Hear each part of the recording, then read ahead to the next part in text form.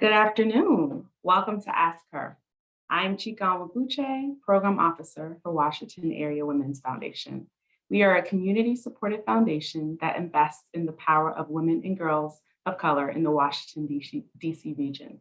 We award grants and advocate alongside our partners toward gender and racial justice.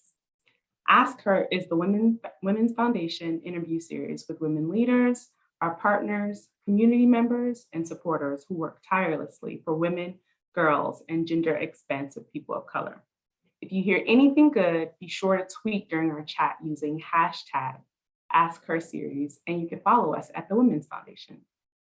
We would like to welcome everyone joining us today, including Trisha Vasquez and MJ Jones, our American Sign Language interpreters for our webinar. Thank you so much for being with us today. We're thrilled to have an especially timely conversation about protecting Black women. According to census data, 40% of Black women in DC will experience domestic violence in their lifetime. That is more than 66,000 people. Additionally, Black women have fewer resources to safely report their trauma, so most never reach out for help. For every Black woman who reports rape, for example, 15 Black women do not. To introduce and moderate this important conversation, we're excited to have with us Erika Totten. Erika Totten is a dynamic facilitator, activist, spiritual life coach, and community builder from Washington, D.C., committed to the movement for Black liberation and the evolution of our collective consciousness. She's the founder and director of Unchained Visioning, a core member of Harriet's Apothecary Healers Collective, and a co-creator of the Wild Seed Society, where she focuses on centering healing and visioning within liberation movements. From South Africa to Charlottesville, Erika creates and facilitates transformative healing spaces for Black, Indigenous, and people of color of all identities to process racial stress and trauma, and to experience embodied liberation and collective joy in the midst of dismantling systems of oppression. She's also a devoted wife and mother of two who organizes to build chosen families of health, restoration, and radical love. Welcome, Erika. Hey, y'all. Thank you, Chika. I am so excited for this conversation. Thank you to the Women's Foundation for having me and for hosting such an important conversation. There has been a lot of talk recently about protecting Black women. And so having a conversation that really digs into what that actually looks like on a day-to-day, what it looks like in regards to institutions, in our communities, and more is so important. So I'm excited to introduce our panelists to everyone joining us. And so I'm going to start with Roberta. So Deaf Abused Women Network, DAWN. The interim executive director is Roberta Eden. Roberta Eden has been working with deaf, deaf-blind, deaf-disabled, late deafened, and hard of hearing survivors with multiple identities who experience power-based violence, and has been doing that for 17 years.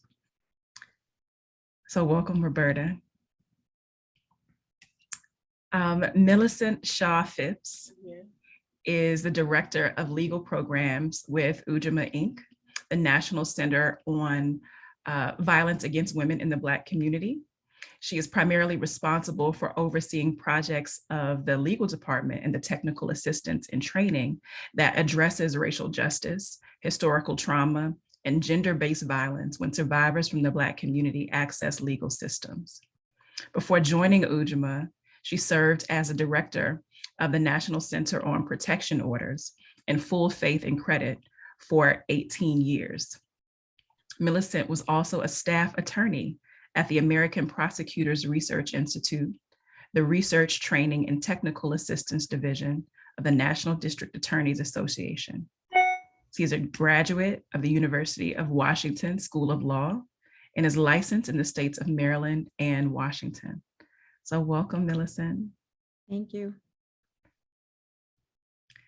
Kubey Gage is the president and CEO of DASH and is leading a new phase of growth and innovation marked by increased revenue, expanding programming, a focus on monitoring and evaluation, and several awards and honors.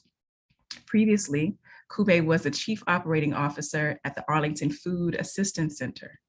There, she oversaw a dramatic expansion in staff and services, successfully providing more than 900,000 pounds of groceries each week. 900,000 pounds of groceries each week to more than 6,000 people in need at 18 different distribution centers. So I want to welcome Roberta, Millicent, and Kubey. Thank you. So let's get into it. We're talking about protection. And we know protection can be such a broad topic, and we can look at all various aspects. And so we know that protection can mean the protection of Black bodies, or it can look like policies being put in place to protect our mental health at work. It can be us just walking down the street, like what that looks like to be protected as we move through our communities. So for the purposes of this conversation and your respective work, define, what does protection mean for you? And I will kick it to Kubey. Can we start with you? Thank you, Erika. And such a pleasure to be here with everyone. For us at DASH, and for those who don't know, DASH is the District Alliance for Safe Housing, and we provide emergency, transitional, and permanent supportive housing options for survivors of domestic and sexual violence in the region. And we sit at the intersection of domestic violence and homelessness.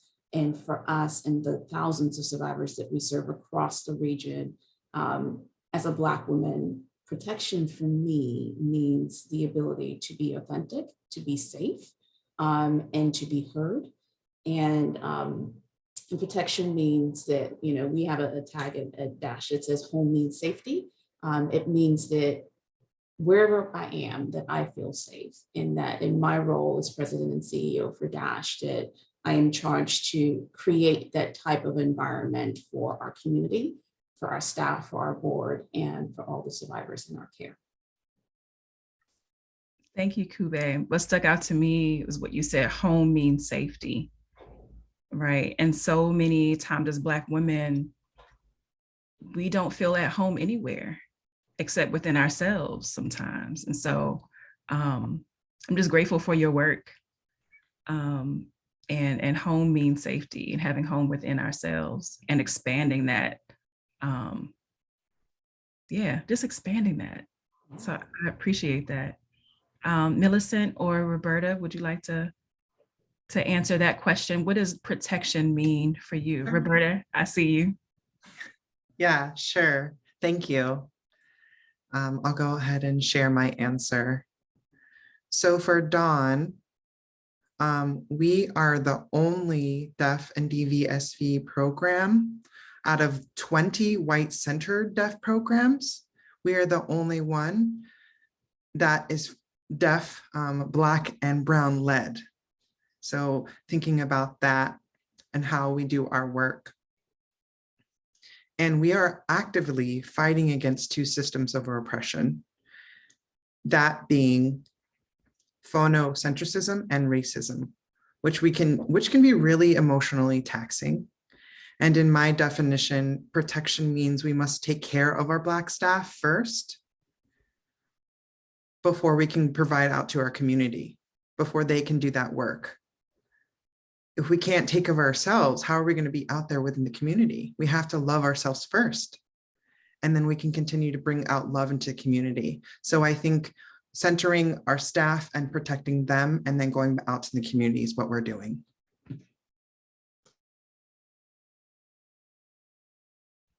Thank you so much for that. Deep, powerful work. What stood out to me is when we talk about protection, acknowledging the intersecting oppressions that we experience as Black folks, and phonocentrism and racism, the intersection of that is what really stuck out for me. And so thank you for giving me even more language to name the various aspects that that we experience as Black folks. Thank you. Millicent, what about you? What does protection mean for you? How do you define that in your work? In my work, because I work predominantly with legal policies and practices, protection means that we create a society that utilizes policies and practices that are procedurally fair and also racially equitable. I think that we protect Black women and women, all women actually, by believing what they say about their experiences and their lives and the reality of their situations. We need to recognize that Black women are not monolithic, or as we're portrayed these stereotypes in media. We have to realize that we protect the whole Black community, which means African American, African immigrant, Afro-Caribbean, and Afro-Latina. And it means that we provide the specific resources necessary for each woman to live a life that's going to be economically secure and physically safe. Thank you for that. So what stood out to me, Millicent, and what you were saying is the phrase procedurally fair stood out for me. And I know in working with community organizers and just as a Black woman myself and like moving through different systems that we were not always taught to access, and how there are procedures and processes that literally just block us or are so exhausting that we give up. And I know that has been my experience as a neurodivergent Black woman, a Black woman with ADHD, and the multiple steps that we have to navigate the world, really geared toward neurotypical people. And so having something be procedurally fair just really stuck out to me. So thank you again for your work as well. So we're going to shift a bit and not far off, but shifting to Roberta. So the Women's Foundation recently awarded 6 organizations in the area a grant to support the work of organizations like Dawn that center survivors. And you shared that accessibility is key for the protection of Black women. Having a really true institutional understanding and praxis of acknowledging the intersections between phonocentrism and racism. And sexism and all of that, right? So can you talk to us about the work of Deaf Dawn and why it's so critical to your community, to our community? Definitely.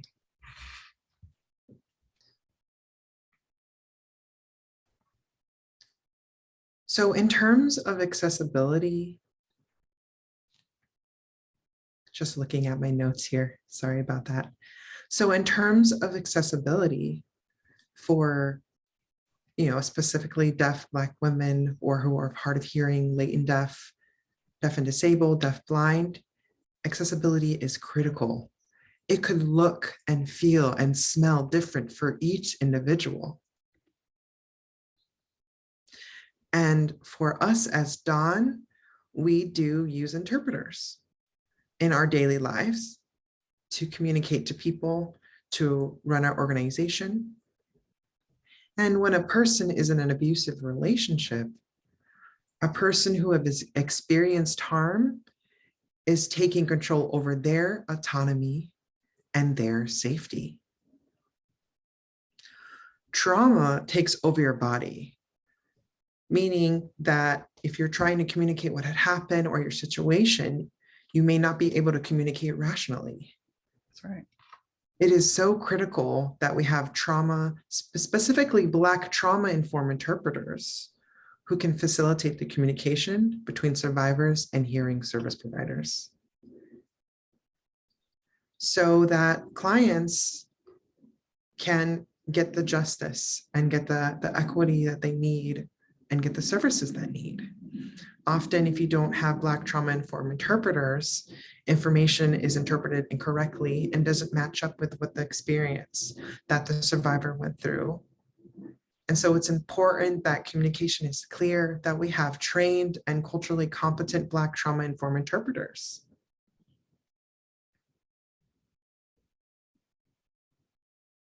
And when you put an interpreter into a situation, it's not easy as it looks.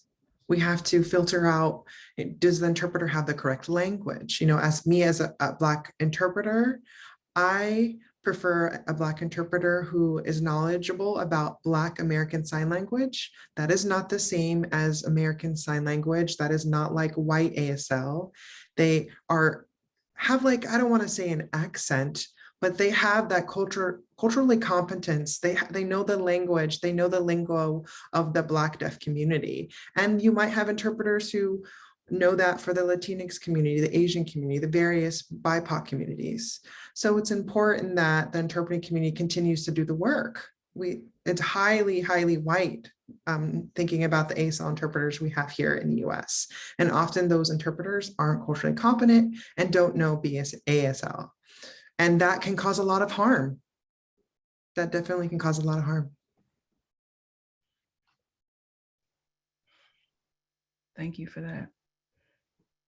As you were talking about safety and fleeing situations that are harmful, I definitely thought about the work that you do, Kubey, too, of the District Alliance for Safe Housing.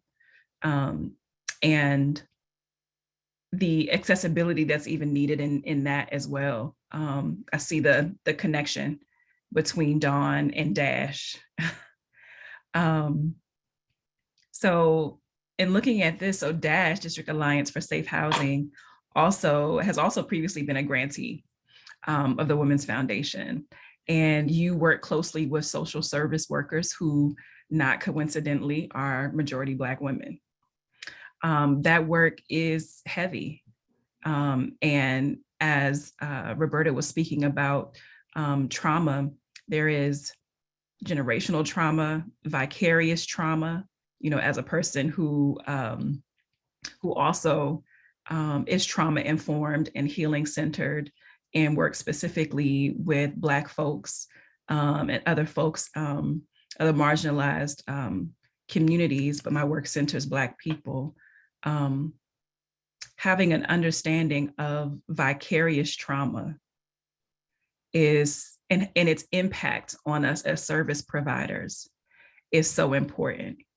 And so looking at this, what has been done to provide the critical support that Black women doing this work need, knowing that we are experiencing trauma and supporting people and navigating it and holding it with them. And it can activate or trigger our own traumas. And so how does that, what's been done to provide that type of critical support with that context? Thank you, Erika. And just to echo what Roberta shared, you know, many people in the community have heard me say that Dash is dealing with 3 pandemics. In the last couple of years, we've been dealing with COVID, domestic violence as a pandemic, and the racial reckoning that, you know, all of us are going through in the US and certainly around the world. For context, I was born and raised in Cameroon, West Africa. So my intersectionalities as a Black woman, and not only from the perspective of being raised up here in my adult years in the US, but also being raised from Cameroon, West Africa. And many of the, you know, survivors and staff that we have come with many of those intersectionalities. For context, last year, Dash fulfilled 35% more service requests than we did in 2020, and 94.5% within pre-pandemic levels. And most of these services were provided by Black women. So it's vital as an organization that we're not afraid to have open conversations about what it means to support Black women, to be an anti-racist organization, and most importantly, the trust that is needed to get there in community, specifically to provide critical support that Black women, social workers, frontline staff, you know, staff in management need in doing this life-saving work. Dash is committed to candor, to strength, to vulnerability, to being unrelenting in our commitment to collective care, not just self-care, but collective care as a deliberate act of systemic resistance. In 3 ways that I would say that we really center supporting all of our staff and also Black women is by giving voice to power, first and foremost. Our staff and our board center survivors in our organizational and programmatic decisions. This commitment to making sure that the decision-making power is shared across the entire organization is embedded in our hiring practices, and also in the domestic and sexual violence training that is required for all volunteers and board members who come to work with us. If you're going to work with an organization that primarily serves Black women and people of colors and the BIPOC community, you need to understand what it means to be in partnership with that community. Secondly, operationalizing support. We do an ongoing review of DASH's policies and procedures to make sure that we are both mission and value aligned. And when we do that, we seek feedback and contribution from all of our staff, again, many of whom are Black women and also who identify as survivors. By having this safe and brave space that's intentionally welcoming all perspectives, the humanity that we bring to the table, which many organizations fail to recognize. We have what we call both heart and hard conversations about our organizational trauma. You mentioned the trauma that we take in. So we negotiate trauma all the time and we absorb a lot of that. And the growing pains as an organization, we went from being a $3 million organization, we're probably going to close out this fiscal year at about $8 to $8.5 million in less than 4 years. And so that kind of growth serving this increased number of survivors means that we constantly have to recenter as an organization. We have to go through those growing pains and we have to make sure that we reflect the survivors we support in our mission, and that we don't unintentionally put Black women in a position of having to do the emotional labor of naming racism and naming systemic barriers that we constantly have to do internally and externally. And thirdly, we treat our budget as a moral document. My team will tell you that our budget is a guiding document for us, and you have to put your money where your mouth is, right? In a document that expresses our organizational values and aspirations. And given the historical discrimination that Black women have faced with pay inequities and systemic underfunding of social service organizations, primarily BIPOC communities, we as an organization had to look ourselves squarely in the mirror and name how we had previously been complicit in undervaluing our staff. And so over the years, we have worked really hard to reverse this. And I'm really proud to say that, we're now in a position where all of our staff at all positions at DASH are highly competitive. And as an example, our entry level position was $38,000 when I first took over DASH in 2017. It is now over $57,000 for our front line. And so that level of commitment of putting our money where our mouth is reflective across the entire organization. And that means we challenge our funders and our community to make sure that every Black woman, every staff, everybody who's doing this life-saving work is paid accordingly. That's where the money is. That's right.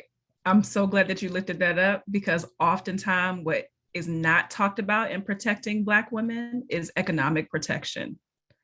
And so there's a quote that I often hold is liberation for our bodies also means respecting and honoring the emotional labor, our intellectual genius, and knowing that we deserve to be compensated for that. There, so many of what people see as like Black girl magic, right?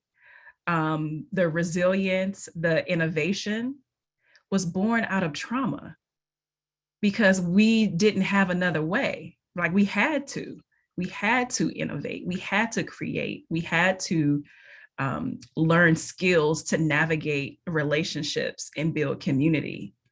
And that is labor.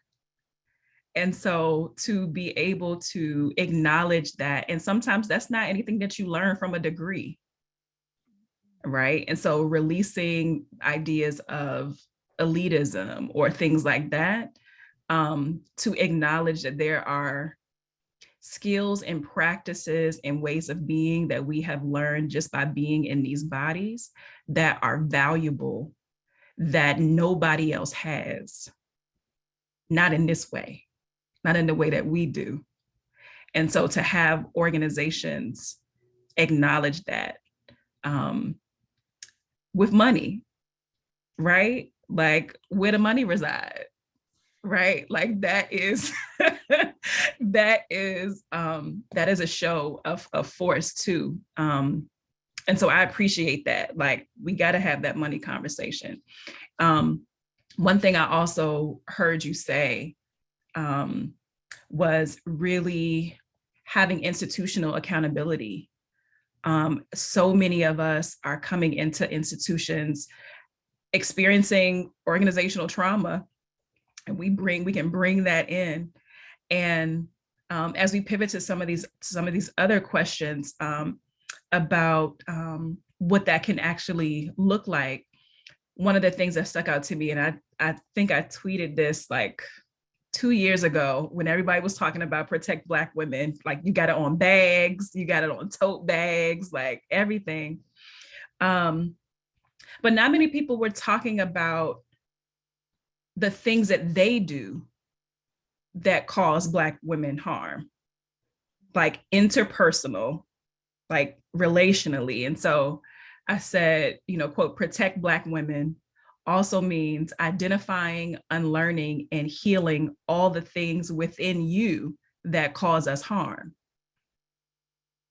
Right. And so when we have institutions, and people make up institutions, but when you have folks that have not acknowledged and done the work to heal internalized anti-Blackness, that has an impact, right? And so I'm so grateful to know more organizations are having those type of conversations. Like what of our policies are inherently anti-Black? And let's look at that, right? So having a consistent practice of institutional reflection and institutional memory to move toward transformation, to shift, to be even more in alignment of protecting Black women I'm hearing this all up and through. So I'm really, really excited.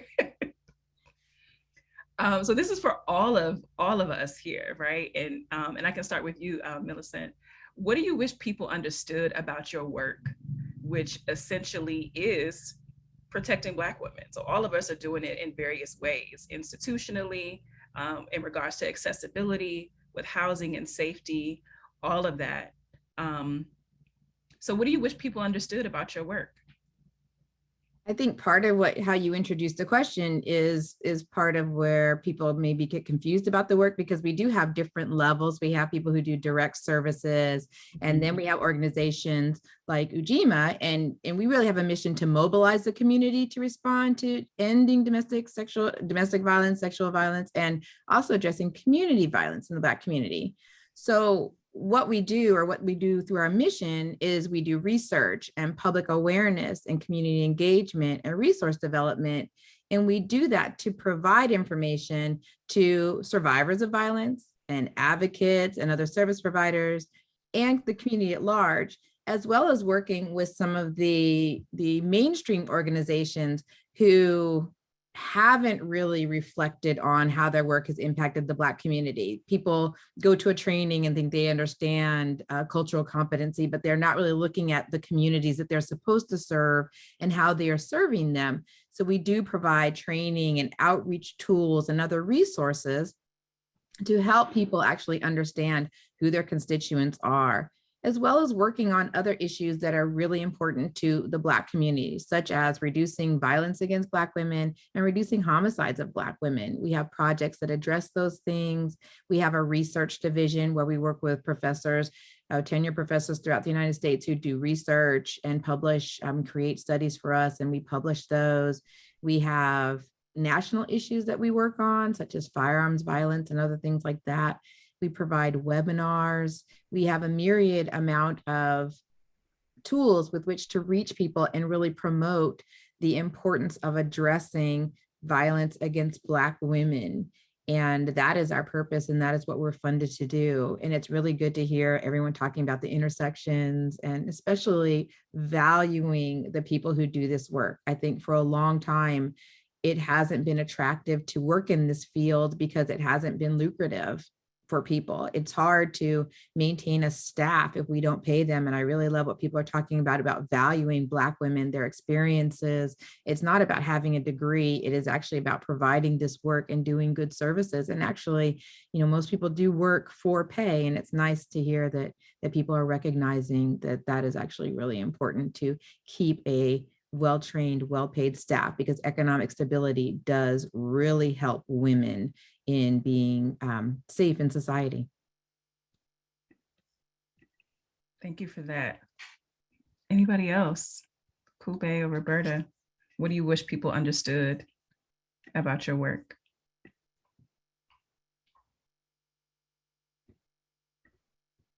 This is Roberta.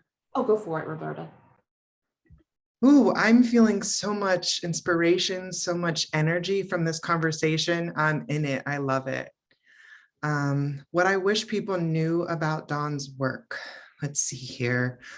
Really, again, emphasizing on Dawn's work is that we are a very small organization. So recognizing that we're doing a lot of work as a small organization. We are a brown and Black-led organization as well. And also, we serve Maryland, Washington, D.C., and Virginia. So we are covering almost 2 states and Washington, D.C. So that's a lot. And we are recognizing the isms that occur within the deaf community and continuing to continue to work with the community and work in solidarity. And that's really important, because we can't do this work alone. We can't do it without the community. We can't do it without us recognizing that we are a collective. And of course, we do focus on providing services and resources, but some of those resources we still don't have. So we do have to refer folks out to other organizations that may have resources that we don't have. But unfortunately, the survivor may come back to us because that service wasn't accessible. That service couldn't provide interpreters. So then we're doing all this catch up and we're becoming burnout. And I do wish that there was a better solution to that, a better approach to that, perhaps, that we could provide more opportunities for deaf survivors to utilize those resources, those services that are hearing centric. Because there are also Black and deaf, blind, deaf, hard of hearing survivors too, and they need support as well. And so reimagining what that could look like for the survivor, that they could not only rely on Dawn, but go outside externally. And also reducing turnover and burnout, I think, is also a critical conversation that we, can continue to have. And, I definitely understand the pain that Black people all over have been experiencing, especially with the racial injustices and the movements that have been occurring. And I imagine that thinking about phonocentrism and autism and how that might impact a Black deaf person as well. Those are some of my thoughts. It's so important. Oh, go ahead, Kubey. Oh, thank you, Erika. And yeah, echoing everything that Roberta and Millicent have said, just picking up on the themes that I think you've heard from all of us is what I wish people understood about this work. For DASH, we're the largest safe housing provider for survivors of domestic and sexual violence in the region. In the DC region, so like, Deaf Dawn, we also support survivors across DC, Maryland, and Virginia. And overall, for partnering with Deaf Dawn, partnering with members of the domestic violence and sexual assault community, the one thing that we hear over and over and over again is just how under-resourced our service community is, right? So to Roberta's point about, this unfortunate consequence of a burnout culture that happens because our organizations are under-resourced, it's this vicious cycle. And I wish that people in the community understood just how much we have been working with limited resources and making $1 out of 10 cents. But it is no longer sustainable, right? And it is at the detriment to Black women. And one of the outcomes of COVID for me is that I just refuse to apologize for changes that need to be made. And that silence is violence. And so we stand in two truths at DASH, that we can be absolutely really strong and confident and stand flat-footed on the fact that we provide amazing services, and we do it in community with everybody that we work with, both on the philanthropic and the public sector. And it is also true that we need the community to stand with us in a stronger way and to provide more resources for this life-saving work, right? As an example, when we make these investments in staffing and professional development and all of these other things, that it costs money, right? Like, this work that people think should be cheap is actually one of the most expensive things and forms of doing services, because of the level of trauma we're trying to dismantle, which goes generations wise. So it cannot be just, I put a roof over your head, right? It cannot be that we are just going to, oh, don't they just need three months of housing? No, right? We need so much more than that. And it comes at a critical cost, and it comes at a high cost. And so when the Community Foundation supports Deaf Dawn and they support DASH and they give us general operating dollars, I want us to have a conversation, not just about burnout, but what it means to be truly to provide trauma-informed funding, and funding that creates lasting change. Let's talk about opportunities for organizations like Deaf Dawn to have an endowment,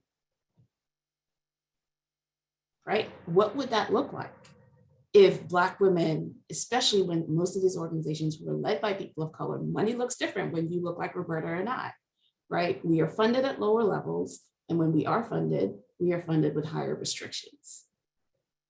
And so that kind of implicit trust that is needed in funding, and also the ability to make sure that organizations are funded appropriately, in a lasting manner, multi-year grants, let's talk about that too, is something, or different ways in which we can make sure that the people who are doing this work are in it for the long haul, and that we don't have a burnout culture, and that we have room and space to be innovative, because otherwise we're constantly in competition with each other.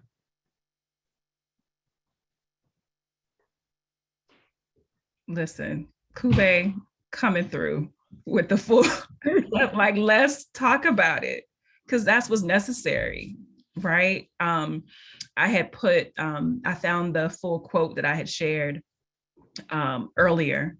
And so looking at liberation for our bodies means respecting the labor that involves our bodies, minds, and emotional and intellectual genius, right? And so having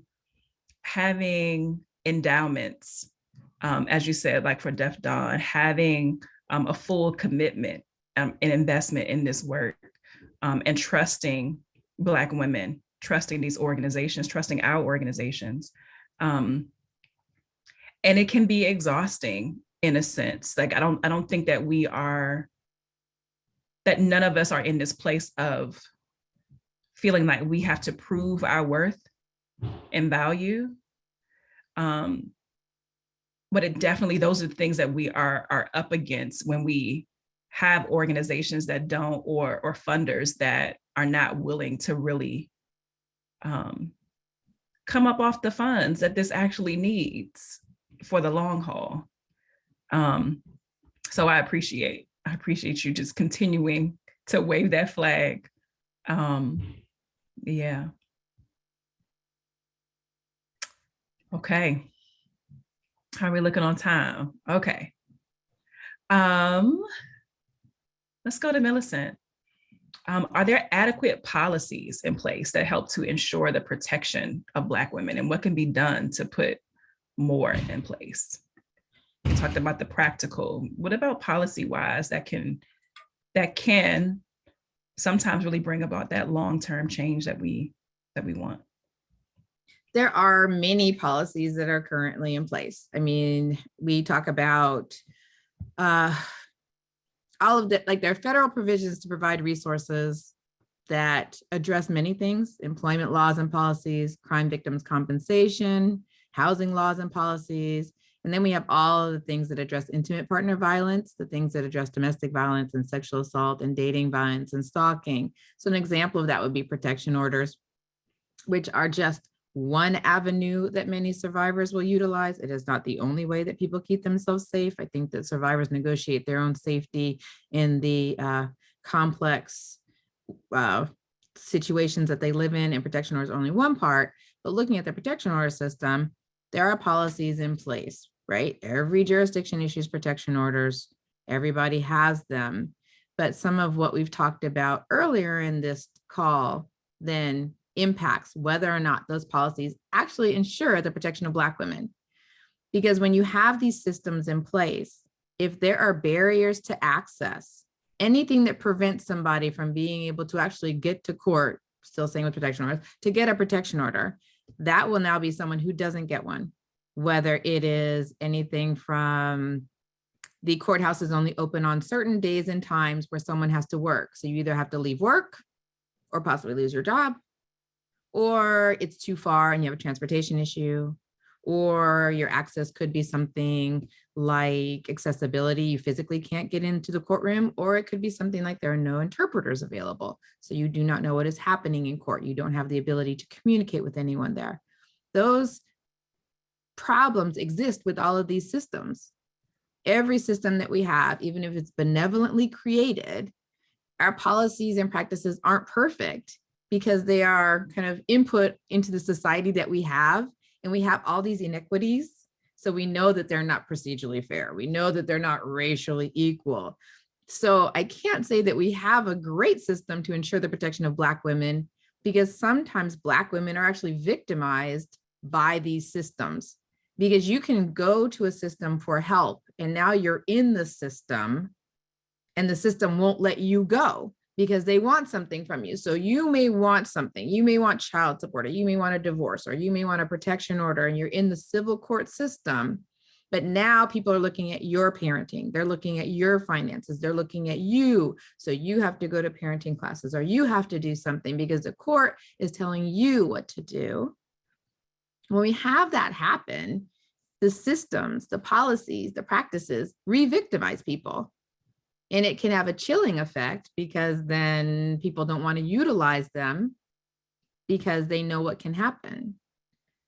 I think that when you say what more can be put into place, the resources are huge. That is a huge thing to actually get money to people who are doing the work on the ground, who actually do community-based work. Federal money, state money, private money, all of it, because there's so much work to be done. But in my role, when I look at something that could be put in place, I always think about getting people civil attorneys, because court is it's a different language, it's a different place. It is something that most people do not know about until either they need something from the court or they're dragged into court themselves. And a lot of times, especially in relationships that are economically imbalanced, one person may have an attorney and one doesn't. And it really puts you at a disservice because the attorney, an attorney who is specializing in violence against women too, not just any attorney, attorneys with experience working with people. So I want trauma-informed attorneys with background in domestic violence, sexual assault, dating violence, and stalking to actually help people when they access court. And we don't have anything like that right now in the United States. We have a system where if you are in the criminal court system, you're afforded counsel. We don't have that in the civil court system. So people either have to have enough money to hire an attorney themselves, or possibly in communities where there's a little bit more resources, they might have a service provider that has some attorneys on staff that can help them. But like many things, when you're dealing with all of the intersections of women's lives, you can have a employment issue going on, you could want a protection order, you could have child support going on, and a housing issue all in one person's life, and then need a divorce too. Those are all different kinds of law. Sometimes they actually require different attorneys, and it is a long and complicated process to get people to a place of safety and economic stability. None of these things happen in just one court hearing or one time. It's over time. So that's what more could be put in place. If we had more resources for the people who want to access systems, for civil attorneys to actually help protect people's rights and help protect Black women when they go. I don't think we're going to be able to dismantle all the systems in the United States to make them racially fair. I think we have to keep calling out the racial injustice and definitely the procedural, the lack of procedural fairness in the systems, but having more resources for people doing community work and also to put civil attorneys in place would do a lot to protect Black women who are accessing the systems that are created with our policies. Thank you for that full context. I'm hearing even more, just again, waving that flag of resources and accessibility, right? And having a unique, I wouldn't even say unique, a culturally competent understanding of all the different ways that the things that we navigate when we are coming to systems, and the understanding that there is a whole bunch that we have probably navigated before we came to the system. Yes. Because we will utilize everything to our disposal first before we go there, because of the trauma that we've experienced, the same way that you just named, how it can be turned against us. And as you said, just the visual of the system not letting you go. Mm-hmm. Like that evokes a whole other thing. And like thinking about generational trauma of families being torn apart, and the ancestral trauma even of that. So I thank you for laying out that full context. So looking at this question, as a funder, if your grantees had unlimited funds, what would their communities look like, or what impact on Black women could be made? As we talked about resources and accessibility. If you had unlimited funds, if your grantees had unlimited funds, what could it look like?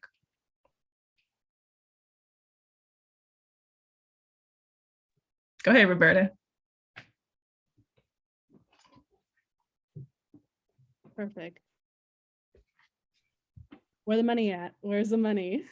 So really, so during the COVID pandemic, when it first hit back in 2020, of course, Black Lives Matter uprising began. I noticed we, mainly Black staff within our organization, we were frontliners. We had to support all of our community members, but we arrived at a point where we really were burnt out. And because we were continuing to provide services during the pandemic, a lot of people contacting us for services, and we are the only domestic violence, sexual violence within our organization, and our clients are experiencing racism. So within our foundation, we recognized we needed to change. So we needed to capitalize on our interns. We have a strong immigration community within the US, especially deaf immigrants. So we needed more duties, more provisional duties, like senior supervisor resources specialist. And we also needed a senior resilience education coordinator. So that means those two positions needed more managerial duties, which means more pay for those two positions. So really, as Black women, we needed more money to continue our lives, our economic stability, and to make sure we are paid what we deserve. So yes, we needed more money to create more positions for counseling, for any crisis that would come up, front desk operation to receive calls and to provide those calls for those survivors. So that's what we would like if we had the money. Thank you. I know we're running short on time, so I'll be quick. Mm-hmm. If we had unlimited, what's the question? If you had unlimited funds, what would our communities look like? Our communities would be whole. Our communities would be rested. And our communities would have voice. And not because money is everything, but it does provide you the space and the time to be innovative, right? Like, as we put in every single one of our positions, up to 5 to 10, at least 5% of their time that is not structured, so that you can not be on the go every single day, and you can just think, you can pause, you can dream, right? Like right before COVID hit, one of our team members, I had been saying to our staff, like, just tell me what you need, and we'll get it.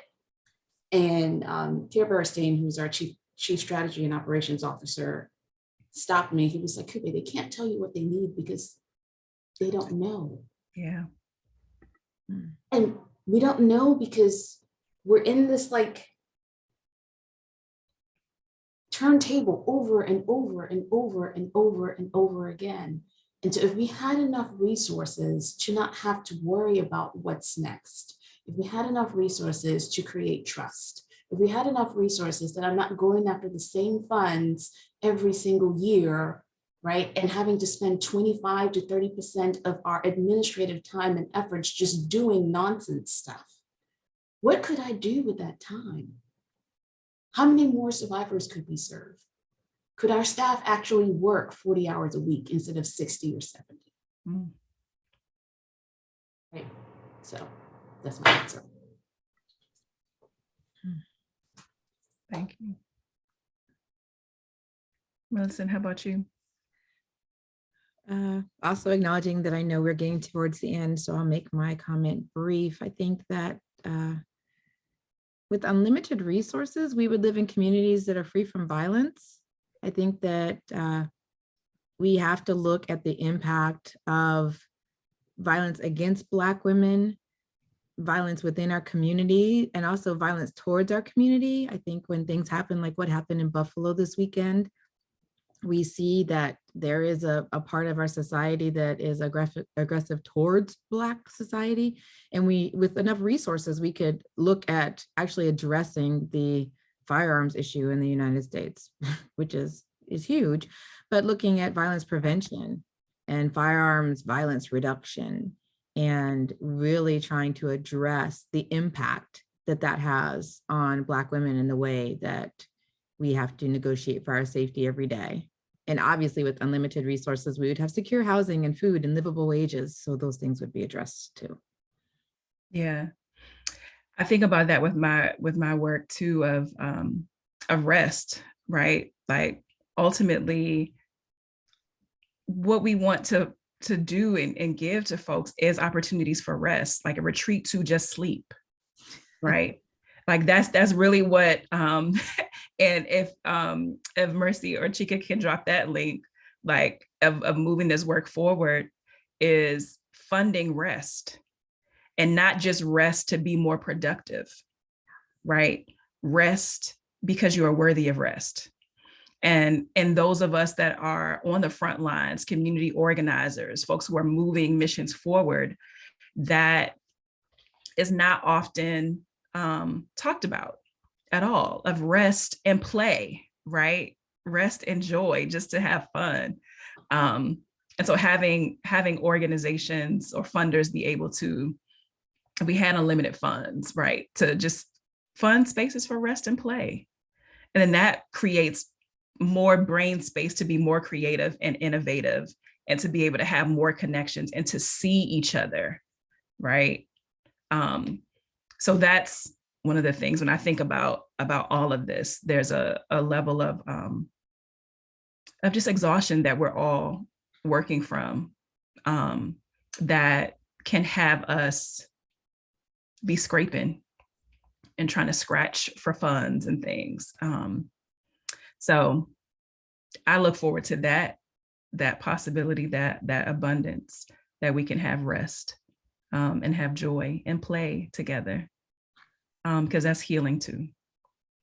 So we want to shift to questions. So I want to thank you all that have been joining us, that have been fully engaged in our conversations. And so I know you have some questions for us, and I will pass it to Chika, or excuse me, to Mercy, to read some of those questions. What do we have here? Sure thing. We have Sandra Davis who asks, how can visual artists in the area help with fundraising efforts through exhibitions, selling art that helps a specific cause?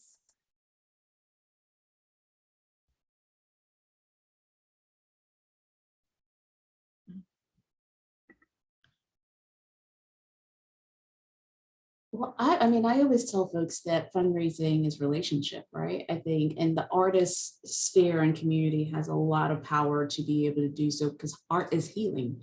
And what we're trying to do again is heal from trauma. And so I would recommend, Sandra, that you connect with any agency that you are interested in and just, say, how can I be your support? How can I lend my voice to your fundraising efforts? How can I tell someone your story and ask them to both be a supporter in kind and in funds? Next question we have here is from Rico Hall. My question is twofold. From a Black woman and personal perspective, who has been your greatest ally, race and gender demographic, in your work? And two, from an organizational and professional perspective, who has been your greatest ally type of organization?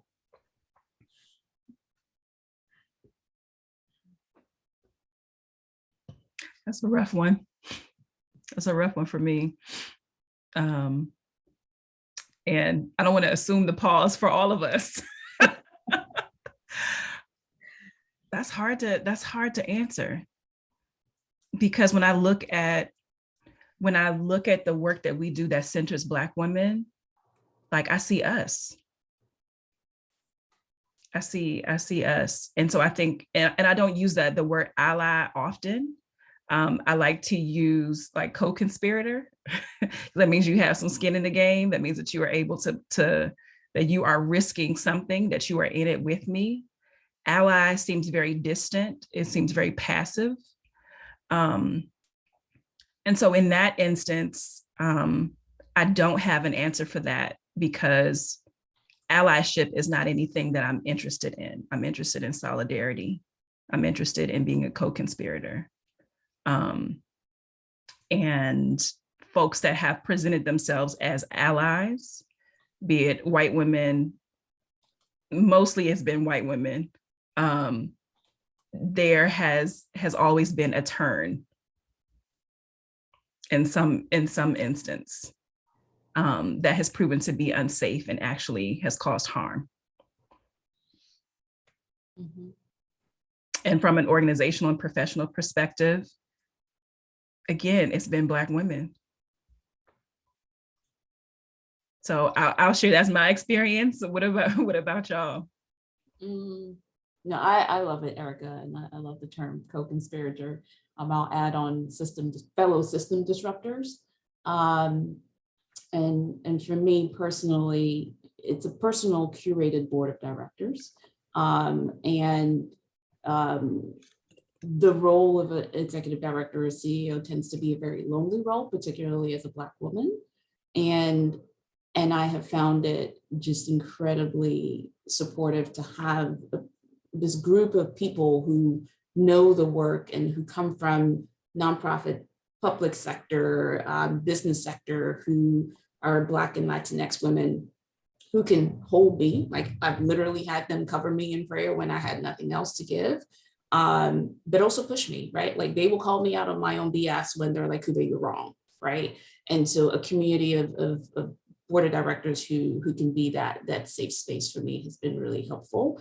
And for partner organizations, I echo what Erika said. It's been Black women who are leaders of fellow partner organizations who don't shy away from those difficult conversations of what does true partnership look like, and where do we need to lean in to support each other.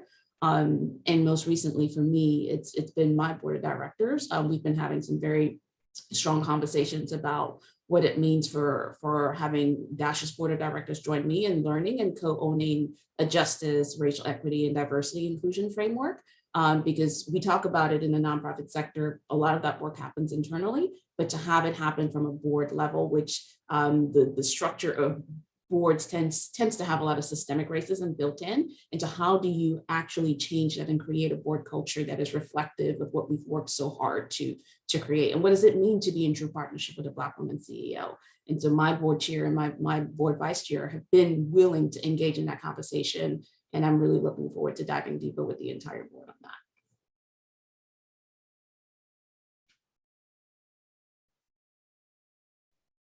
This is Roberta. I'll try to make it quick. It's definitely hard, especially as you mentioned, Erika, that allyship, it's a loose term. People are just overusing it. They're taking an advantage of how that term is used, putting on that name tag and rolling with it. But I do like co-conspirator. I definitely like that term and the use of the term. And I do recall, I mean, just thinking about Black leadership and organizations run by Black people. I mean, there's us here today, but there's still far and few. And we do need to recognize that. And also thinking about Dana.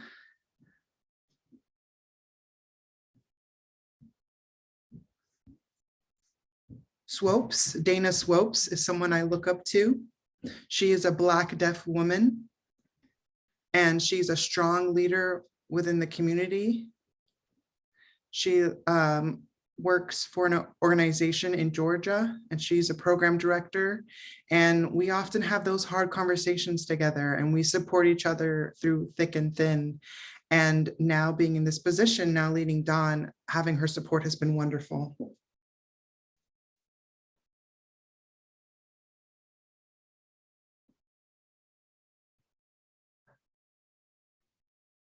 Thank you. Melissa, did you want to share anything? I can go quickly because I'm not sure if we have a hard end time.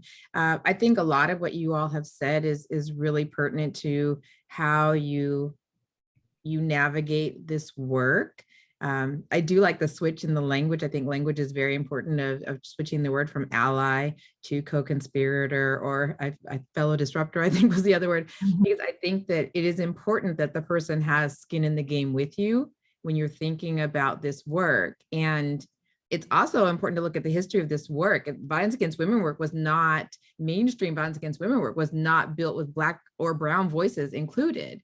So a lot of the leadership and things that have historically existed didn't include women of color at the table actually influencing what would happen. So sometimes when you look at organizations, as you go higher up at the boards, the executive directors, you don't see people of color, because we didn't historically run the organizations. We didn't historically also, sit at the table when the money was allocated. What happened is mainstream organizations were encouraged to work with marginalized communities. So they would subcontract out to people who are doing work, and you would get a little bit of money to do a whole lot of work to be the brown people who would help. I think now people are really starting to stand up and say, we need to have real community engagement, do real community work. And you will have people who you find are your solidarity sisters in this work. You look up and you're like, for the last 5 years, I've worked with so-and-so. Those are the people who will be your sounding board. Those people who are marching the march with you. You just start to see them. You're like, okay. And then there may be someone who can help you career-wise, someone who is an executive director or at your level, and you can have conversations, and they will help nurture your career, your agency. Sometimes it is lonely though. Sometimes you're the only brown person in the room, and that's the truth. That really is the truth. Yeah. Thank you for that. And thank you all for giving us a little bit more time. This conversation is so important. And I always like to say, like, we are worthy of time. It's very rare that we have conversations that center protecting Black women. And so we're going to reclaim our time. And it's a little over 4 minutes. I asked because just giving a little bit more time, because there was a question that I missed as I was scrolling back up that Chika raised that I think is very, very important when we talk about protecting Black women. And I do believe that the most marginalized in our community are Black trans women, particularly Black trans women who are differently abled and all of those. And so having that understanding is important when we talk about protecting Black women. So the question was raised is, what are some of the ways that your organization center particularly trans, / gender expansive Black survivors in your spaces. There's a second part of the question: how do each of us practice self and community care?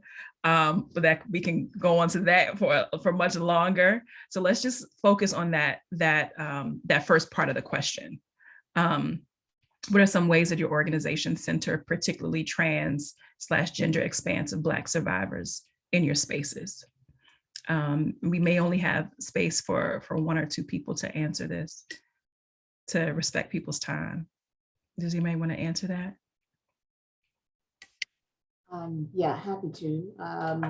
Dash, very fortunate that we've always been in a position to serve any and all survivors across all of our housing programs. And so because our housing programs are both the emergency and transitional programs are all apartment style, we are able to accommodate any survivor, right? Who fits within in whatever way they present.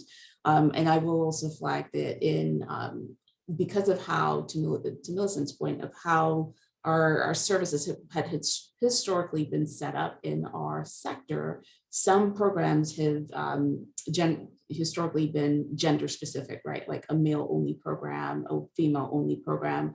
And now as we work to sort of close that gap, it's something that our sector is working to address so that a male survivor can go to any program and get services. A female survivor can go to any program and get services. A trans and gender expansive Black survivor can go to any program and get services, which is really critically important because as we're getting more federal resources, those federal resources mandate that you have to serve any and all survivors. And so it's a process that is, the system is working to address, and specifically for DASH, those accessibilities have already been embedded into our programs, but we're constantly learning, right? Like, just had a presentation from our team about doing a precursor of an accessibility study of where do we need to create more accessibility in our 42 unit apartment building that serves all survivors, right? Like, where are what's the new technology that would better support deaf survivors? And how do we build that into our budgeting process to make sure that when they do come in, they have all of the same access that a non-deaf survivor has. Thank you for that.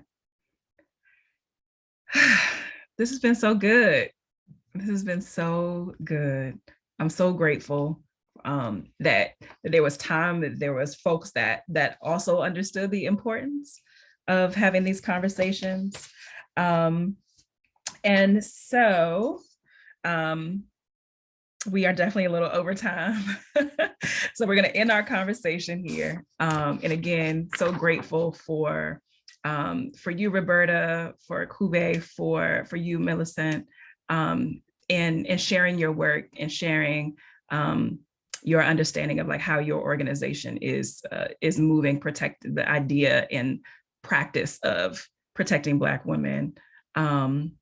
It's so needed, and I'm just really, really grateful. So for folks that are still here, our call to action is to please stay in touch with the Women's Foundation. Visit their website, thewomensfoundation.org. If you enjoyed our time today, consider donating in support of #AskHer at thewomensfoundation.org /give. Be sure to join us for their next Ask Her, which is next month in June. And again, just thank you all for being here, for championing protection, preservation, and justice. And where can everyone engage with you and your organizations? If you want to share that really quickly.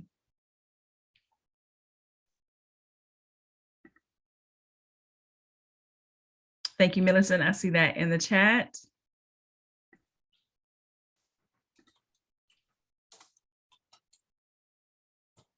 -dc.org, defdon.org. Wonderful. Thank you so much. Chika or Mercy, I'll pass it to you. Thank you. Thank you everyone for joining us. You'll get the recording in your inbox, and goodbye. Have a great day. Make space for Black women. Thanks, y'all. Have a good one. Bye. Thanks, everybody.